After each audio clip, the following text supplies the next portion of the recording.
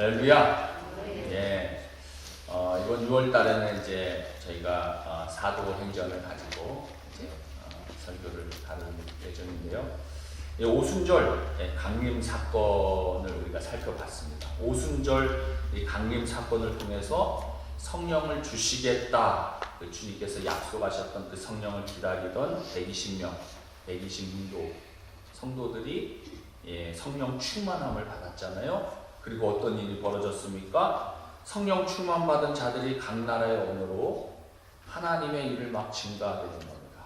이로 인해서 많은 사람들이 놀랍게 여겼다는 거예요. 이에 대하여 베드로가 이는 하나님께서 구약에서 예언하신 말씀대로 성령이 임하였다라고 선포하고 모인 자들에게 예수 그리스도를 증거하죠. 그러자 이 3,000명이 회개하는 일들이 돌아오게 되고, 회개하고 돌아오게 되는 일들, 그리고 5,000명이 회개하고 돌아오는 역사가 일어나게 된 겁니다. 근데 여기에 숫자는요, 남성 숫자만 카운트한 거예요. 그러니까 여기에 포함되어 있지 않은 여자들, 어린 아이들, 이런 숫자까지 포함하면 적어도 한 10,000명은 되지 않겠나 생각합니다.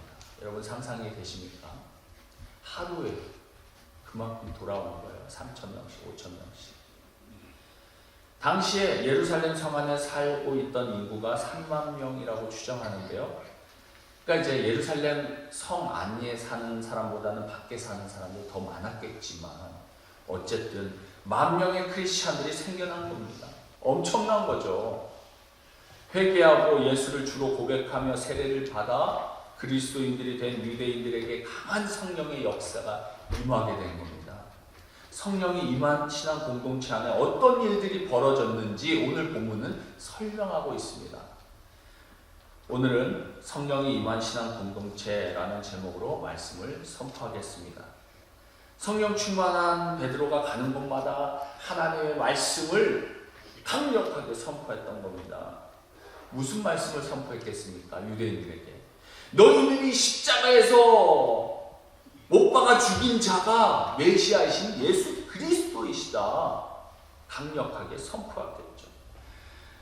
너희들이 회개하고 우리를 위해 십자가에서 대신 희생제물이 되어 주신 예수 그리스도를 영접하고 구원받으라. 말씀을 전할 때마다 어떤 때는 3,000명씩, 5,000명씩 주님께로 돌아온 겁니다. 예수 믿고 구원받은 초기 기독교인들이자 예루살렘 교회 성도들이 변화받고 이들이 어떻게 신앙생활을 했는가? 42절, 43절에 그들이 사도의 가르침을 받아 서로 교제하고 떡을 떼며 오로지 기도하기를 힘쓰니라. 사람마다 두려워하는데 사도들로 말미암아 기사와 표적이 많이 나타나니. 사도의 가르침을 받았다라는 말은 무엇일까요? 구약의 말씀을 통해서 예수 그리스도가 메시아 되심을 계속해서 가르침을 받았다. 깨닫게 되었다라는 것이죠. 이를 위해 말씀을 사모하여 예배의 자리, 말씀의 자리에 참여하였다는 겁니다. 구원받은 백성들이 여기서 서로 교제하고 떡을 떼었다라는 말씀은요, 성도의 교제를 말씀하고 있어요. 우리가 흔히 말하는 성도의 교제, 그냥 밥 먹고 그냥 세상에서 있었던 얘기 그냥 나누고 하는 그 정도의 성도의 교제, 친교 모임이 아니라 성만찬을 통해 영적인 교제가 이루어졌다라는 거예요. 그러니까 엄밀히 말하면 영적인 교제는 성만찬을 의미하고 있습니다. 우리 교회는 매달 첫째 주일에 주일 예배 성찬식을 거행하지만 이 당시에는 주식이 빵과 포도주였잖아요. 그러니까 모일 때마다 자신들을 위해 죽으시고 부활하신 주님을 기억하며 성찬식을 행했다는 거예요. 예수가 주 되심을 선포하고 주 안에서 한 형제요 한 자매임을 깨닫는 영적인 교제가 그 가운데 일어났다는 겁니다. 성령의 역사하심으로 주 안에서 한 형제요 한 자매임을 고백하고 말씀과 기도로 충만해짐으로 이들이 성령 충만한 신앙 공동체가 세워져 나가게 되었고, 강력한 성령의 역사로 기적과 이적들이 마구 일어난 겁니다. 오늘날로 말하자면 하나님의 강력한 임재와 성령의 역사로 육체적인 질병이 치유받고 귀신이 떠나가는 역사가 마구마구 일어나니까 사람들이 두려워했다라고 표현하고 있습니다. 하나님을 두려워했다라는 말은 무슨 말입니까? 하나님을 경외한다라는 거죠. 오늘날에는요, 하나님을 너무 가벼이 여깁니다. 근데 구원받은 백성들이 하나님의 역사하심을 보자 하나님이 무겁게 여겨지는 겁니다. 살아계신 하나님에 대해 중히 여기고 두렵고 떨리는 마음으로 섬겼다는 거죠. 이와 같이 초기 기독교 역사에서 예수 믿고 구원받고 성령 충만하여 변화된 기독교인들이 점차 많아졌고 신앙 공동체를 이룰 수 있었다는 겁니다. 전에도 말씀드렸지만 이 세상이 어떻게 해야 천국과 같이 변할 수 있는가? 한 가지만 없으면 돼요. 뭐라고요? 죄만 없으면 됩니다. 인간은 죄인이기 때문에 이게 가능한 얘기입니까? 죄가 틈타면요, 아무리 인간적으로 완벽한 시스템을 구축해도 이 천국과 같은 공동체를 이룰 수가 없다라는 것이죠. 억지로 강압하지 않으면 자원하는 마음으로 할 수밖에 없기 때문에 그렇다는 거예요. 그러나 성령이 임한 신앙 공동체의 특징이 나오는데요, 그야말로 완벽한 공동체의 모습을 보여주고 있습니다. 44절부터 45절이죠. 믿는 사람이 다 함께 있어 모든 물건을 서로 통용하고 또 재산과 소유를 팔아 각 사람의 필요를 따라 나눠주며, 당시 초대교회 교인들은 다 함께 자신의 물건을 서로 통용했다, 함께 사용했다. 이것을 어떻게 표현할 수 있을까요? 뭐 오늘날의 자동차도 서로 쉐어하면서 타고 다녔나? 그만큼 성령의 역사가 강렬했다는 겁니다. 자신 것이 자신의 것이 아니라 함께 나눠 쓸 수 있을 만큼 서로를 돌보고 함께하고 나누어주는 그런 삶, 성령 충만할 때 나타나는 현상이라는 겁니다. 많은 사람들은 말씀에 등장하는 이 천국과 같은 공동체를 원하고 꿈꾸기도 합니다. 사실 공산주의도요, 신약 성경에 등장했던 이 초대교회 같은 이상적인 공동체를 꿈꾸며 카피한 거예요, 여기서. 그러나 다른 점이 있다면 무엇입니까? 성령의 역사하심으로 자발적으로 하나님의 은혜 감사하여 자신의 것을 나누는 것이 아니라 억지로 강압적으로 남의 소유를 빼앗아 나누는 것이 다른 거예요. 공산주의는 억지로 뺐잖아요. 이 세상에서는 아무도 다른 사람들을 위해서 손해보려 하지 않죠. 물질적인 손해, 감정적인 손해 누가 보려 합니까? 전에도 말씀드렸지만 우리 안에는요, 계산기가 탁 들어가 있다는 겁니다. 기브 앤 테이크. 내가 얻어오는 게 손실을 따졌을 때 단 1불이라도 손해보면은요, 관계하지 않습니다. 아무것도 하지 않으려고 해요. 특별히 어떤 민족보다도 한국 사람들은요, 부지런하고 책임감도 있고 똑똑합니다. 어디든요, 잘 살아요. 그러나 개선해야 할 부분도 있다는 거죠. 한국 사람들끼리 연합이 잘 안 된다고 합니다. 우리가 혼자서 일할 때는 아주 부지런하고 열심히 책임감을 가지고 일을 하죠. 그러나 한국 사람들과 동업을 해서 같이 일을 하게 되면 처음에는 의기투합을 하게 되는데 나중에는 문제가 생기고 분열되고 나뉘는 경우를 한인 이민사회에서 너무나 쉽게 종종 보게 되는 것이죠. 그러나 이런 모습은 꼭 한국 사람들에게만 있는 것이 아닌 겁니다. 사람들이 모인 곳에는 어디나 이런 일들이 일어날 수 있죠. 동양이나 서양이나 세계 역사 속에서는 늘 일어났던 현상입니다. 명분이 다르고 이념이 다르고 교리가 다르다고 해서 헤어지는 경우가 얼마나 많이 있습니까? 대부분 감정 싸움이거나 또는 이권 싸움으로 인해서 헤어지는 경우가 많죠. 이렇게 분열되는 과정 속에서 많은 아픔들이 생겨나는데요. 그러한 경험을 하신 분들을 만나거나 경험한 적이 있는 분들도 계실 것입니다. 특별히 교회 안에서 그런 일을 경험했다면 더 마음 아프고 쓰릴 수밖에 없는 거죠. 그래서 때때로 우리는 이런 질문을 하기도 합니다. 그냥 혼자 신앙생활 하면 되지. 나 혼자 신앙생활 할 수 없나? 사람이 다 싫은 거죠. 다 싫어. 나 혼자 하나님 믿고 살고 싶다. 이런 생각이 드는 거죠. 한국 개신교에서 연구한 결과 기독교 신앙을 가지고 있지만 교회에 나가지 않는 가나안 성도. 가나안이 뭐라고요? 안 나가 성도. 거꾸로 하면 안 나가. 가나안 성도, 가나안 교인들의 비율이요. 2012년에는 10.5%였는데 2023년에는 26.6%로 급증했다고 합니다. 그러니까 전체에서 10%가 예수를 믿는다고 하는데 안 나갔다가 2023년에는 25% 이상이 교회를 안 나가는, 그러니까 4분의 1이 넘는 숫자죠. 이게 무슨 의미일까요? 이분들의 핑계는 교회로부터 상처와 실망이 너무 많다는 겁니다. 그러나 아무도 상관없이 편하게 살고 싶어서 그런 것은 아닌지 돌아볼 필요가 있는 거죠. 자신이 하나님 앞에서 바르게 신앙생활하면 된다 생각하고 교회에 다니지 않지만 현실과 이상은 다르잖아요. 그죠?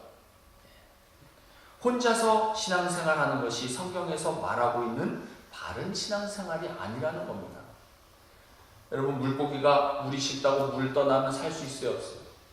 살 수 없잖아요. 신앙생활도 공동체 없이 혼자서 신앙생활이 가능합니까? 가능하지 않습니다.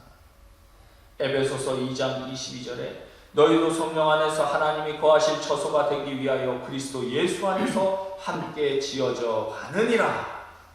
함께 지어져 간다. 함께 만들어져 가는 신앙 공동체에 대해서 말씀하고 있는 겁니다.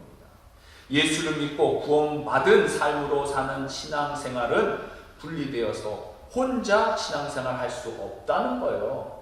이게 자연스러운 겁니다. 삼위일체 하나님도 하모니를 이루시는데 삼위일체 하나님과 같이 우리는 공동체 안에서 하모니를 이루면서 살아가는 것이죠. 이게 자연스러운 겁니다. 즉 성경적으로 우리의 신앙이 잘 자라기 위해서는 반드시 신앙 공동체가 필요하다는 겁니다. 예전에 무교회주의자들이 있었어요. 들어보신 분들이 있을 텐데 일본의 우찌무라 간조, 또 한국의 김교신, 함석헌 선생과 같은 나름 신앙적으로 훌륭한 분들이 있었다는 겁니다. 이들이 무교회를 주장했어요. 교회나 제도나 관습은 불필요하다는 겁니다. 나 자신이 하나님 앞에 바르게 신앙생활하면 된다. 그런데 이들은 나중에 결국 있던 믿음도 약해졌고 끝이 안 좋게 끝났다는 겁니다. 왜인 줄 아십니까? 성경의 원리와 맞지 않았기 때문에 그렇다는 겁니다. 생명은 생명이 살아가는 방식이 있잖아요. 물고기가 물을 떠나서 살 수 없듯이 방식이 있다는 겁니다. 우리는 예수 그리스도를 통하여 하나님이 주신 생명을 받았습니다. 구원받은 하나님의 백성들이 살아가는 방식이 있어요.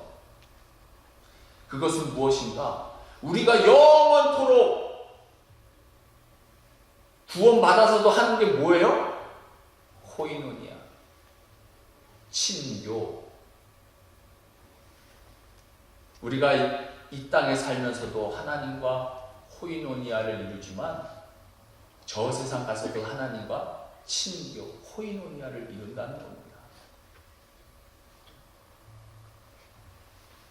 우리의 신앙의 라이프 스타일은 코이노니아 공동체입니다. 삼일체 하나님과 먼저 코이노니아 교제를 하고 더불어 우리가 그리스도 안에서 서로 형제 자매들과 코이노니아, 교제를 하는 겁니다. 어떻게 초대교회는 천국과 같은 이상적인 공동체가 가능했는가? 오늘 본문을 자세히 읽어보면요, 초대 그리스도인들의 교회 공동체가 마치 가정과 같은 공동체였음을 알 수가 있다는 겁니다. 46절부터 47절에 날마다 마음을 같이하여 성전에 모이기를 힘쓰고 집에서 떡을 떼며 기쁨과 순전한 마음으로 음식을 먹고 하나님을 찬미하며 또 온 백성에게 칭송을 받으니 주께서 구원받는 사람을 날마다 더하게 하시니라. 두 가지 모임이 공존하고 있죠. 주일에는 성전에서 다 같이 마음을 같이하여 함께 모였고, 평일에는 지역별로 집에서 소그룹으로 떡을 떼며 기쁨과 순전한 마음으로 음식을 함께 먹었다 말씀하고 있어요. 모일 때마다 하나님을 찬양하고 사랑이 충만해지자 온 백성들로부터 칭송을 받았다. 참으로 예수 믿는 사람들은 세상에 있는 사람들과 다르게 서로를 사랑하고 아끼고 돌보는구나, 어려운 이웃들을 돌보는구나, 소문이 난 겁니다. 이로 인해서 구원받는 사람을 날마다 더하게 하셨다. 성경은 기록하고 있어요. 이게 성령이 임한 신앙 공동체의 모습이라는 겁니다. 아마도 여기 계신 분들 중에는 주일 예배로 신앙생활이 충분하다고 생각하시는 분들이 있으실 것입니다.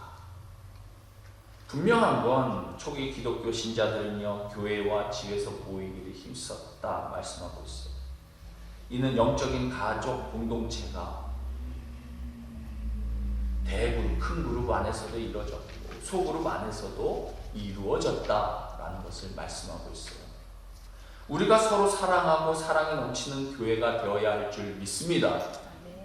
서로 미움과 다툼보다는 서로의 허물을 덮어주어야 되는 곳이 되어야 하는데, 사실 우리가 주일날 교회에 나와서 이런 부분은 쉽지 않다는 겁니다. 옆에서 같이 예배는 드려도 나의 문제점, 기도 제목을 주일날 나눌 수 있습니까? 쉽지 않죠. 우리가 교회 소식을 나누기 전에 환영의 시간을 갖잖아요. 사랑합니다, 축복합니다, 반갑습니다, 서로 악수하고 인사는 하죠. 그러나 그것이 형식적으로 하는 인사인지 참된 사랑의 마음으로 나누는 인사인지 어떻게 알 수 있습니까?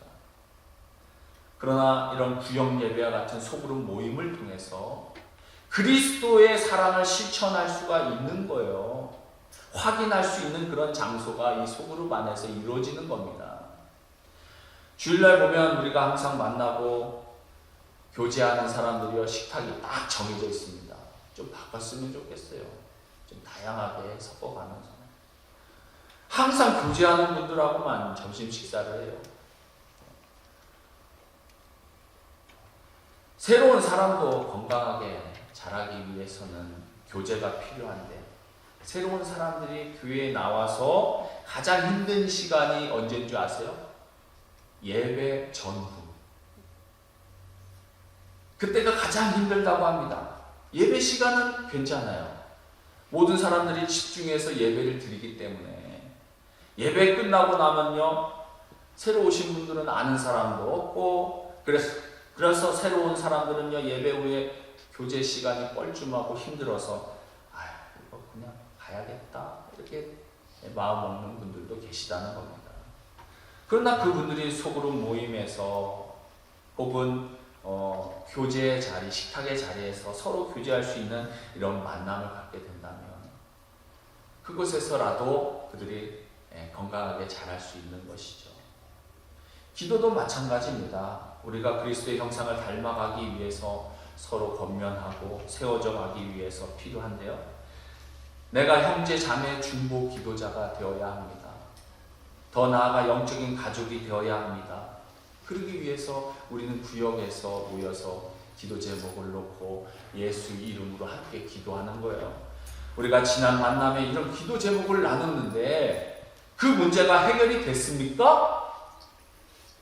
하면서 서로의 필요를 채워주고 기도로 세워나가면서 돌보는 것이 이런 소그룹에서 이루어져야 된다는 겁니다. 그렇다면 이렇게 생각할 수 있습니다. 그렇다면 우리 교회 구역 모임은 완벽하냐?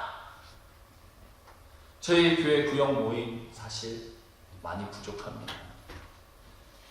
자원하는 분들이 없어서 장로님들이 템퍼러리로 구역장을 섬기고 계시지만 쉽지 않다는 것을 느끼고 있습니다. 저도 성도님들이 행복한 신앙생활을 하기를 원하는데 이것을 보완한 방법이 무엇일까? 제 나름대로 고민하고 또 공부도 하고 있습니다. 가급적 구역 모임은 예배 형식이 아니라 성경 공부 형식이 아니라 보다 이 말씀으로 자신의 삶을 나누고 자신의 기도 제목을 나누고 그러면서 서로 주 안에서 하나가 되는 것이 중요한 것 같습니다. 우선적으로 주 안에서 편안한 만남 가운데 자신의 부족한 점, 기도 제목을 나눌 수 있는 정도의 모임이 많아지면 많아질수록 교회는 활력을 얻게 되는 줄 믿으시기 바랍니다. 아멘. 설교에는 집어넣지는 않았지만 지난주 화요일날 어쨌든 우리 정남현 집사님이 이렇게 또 남성 리더십 또 이렇게 모아서 식사를 또 같이 모인 적이 있었는데요. 얼마나 기분이 좋은지 참 좋더라고요. 그냥 편안한 만남 가운데 각자의 고민하는 점, 기도하는 점, 바라는 점 서로 나눌 수 있고 그런 것들이 활성화되면 될수록 교회는 생명력이 넘치게 된다는 것이에요. 그것이 식사 모임이 됐건 운동 모임이 됐건 주 안에서 모이는 것이 참 중요하다는 겁니다. 아마도 구역 모임을 해보신 분들은 아시겠지만 아쉬운 건 한두 가지가 아닐 겁니다. 그러나 포기할 수 없는 이유는 소그룹에 갇힌 교회의 생명력과 건강함이 여기 있다고 믿기 때문이죠. 이것은 저의 개인적인 견해가 아니라 교회의 2000년 역사를 보니 생명력은 이 소그룹에 있었다는 겁니다. 그래서 소그룹을 놓칠 수가 없는 거예요. 소그룹의 특징은 어떤 특징을 지녀야 됩니까? 가정과 같은 특징을 지녀야 된다는 거예요. 서로를 돌볼 수 있는 가정과 같은. 에베소서 4장 3절에 평안에 매는 줄로 성령이 하나 되게 하신 것을 힘써 지키라. 할렐루야. 성령 하나님께서 우리에게 임재하시고 주 안에서 서로 한 가족을 이루게 되었습니다. 은혜가 머무는 신앙 공동체를 우리가 힘써 지켜야 할 줄 믿습니다. 성령님은 많은 사역을 하시는데 특별히 하나 되게 하신다는 겁니다. 그렇습니다. 성령님은 하나 되게 하시는 일 아닙니다. 성령의 역사는 하나 되게 하시지만 서로 사랑하고 품고 그죠? 중보하고 그렇게 만드시지만 반대로 사단의 역사는요 관계를 깨는 나누는 일을 하게 만듭니다. 물론 언어의 습관으로 인해서 어렸을 때부터 그죠? 긍정적인 말을 해보지 못한 사람들은요 습관적으로 이게 자기도 모르게 부정적인 얘기가 나오거나 칭찬하지 못하는 분들도 거기에 마찬가지죠. 어려서부터 이게 칭찬하는 말을 이게 듣거나 배우지 못해서 그러니까 이게 언어 생활이 습이 돼서 그렇게 나오는 경우들도 있다는 겁니다. 그렇다고 남을 깎아내거나 우습게 여기는 행위는 성령의 역사가 아님을 알아야 한다는 겁니다. 관계를 회복하는 좋은 말을 소개하겠습니다. 상대가 걷잡을 수 없는 화를 가라앉히는 말은 미안해입니다. 겸손한 인격의 탑을 쌓는 일은 고마워입니다. 상대의 어깨를 으쓱하게 하는 말은 잘했어입니다. 화해와 평화를 부르는 말은 내가 잘못했어입니다. 존재감을 쑥쑥 키워주는 말은 당신이 최고야 입니다. 상대의 기분을 업시키는 말은 오늘 아주 멋져 보여 입니다. 이 말들 꼭 쓰시기 바랍니다. 네. 더 나은 결과를 이끌어내는 말은 내 생각은 어때? 입니다. 든든한 위로의 말은 내가 뭐 도울 일 없어? 입니다. 상대의 자신감을 하늘로 치솟게 하는 말은 야, 어떻게 그런 일을 다 했을까? 입니다. 열정을 샘솟게 하는 말은 나이는 숫자에 불과해. 입니다. 성령이 하나 되게 하신 우리 교회가 주 안에서 한 교회 공동체이며 신앙 공동체인 줄 믿으시기 바랍니다. 우리가 주 안에서 서로 사랑하고 세워가는 코이노니아 공동체가 되기를 원합니다.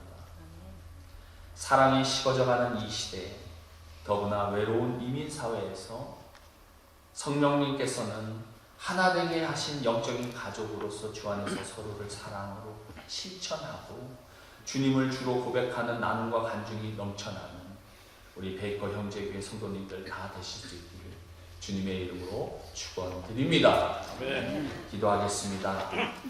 사랑의 아버지 하나님 고맙고 감사합니다. 저희들은 거룩하지도 온전하지도 않습니다. 예수 그리스도의 보혈의 공로로 우리의 모든 죄를 씻겨주시고 하나님의 자녀로 백성으로 삼아주시고 주님의 몸된 교회로 불러주심을 감사합니다. 성령이 하나 되게 하시니 성령이 거하시는 이 공동체 가운데 아버지 하나님 주님의 사랑이 오가고 서로를 존중하고 세워져가는 하나님의 나라가 임재하는 교회 되게 하여 주시옵소서. 우리가 속한 개인과 가정과 직장과 사업체 공동체 가운데 하나님의 나라가 임하게 하여 주시옵소서. 그로 인하여 우리 주변에 날마다 구원받는 사람들을 더하게 하여 주시옵소서. 감사하고 예수님 이름으로 기도합니다. 아멘.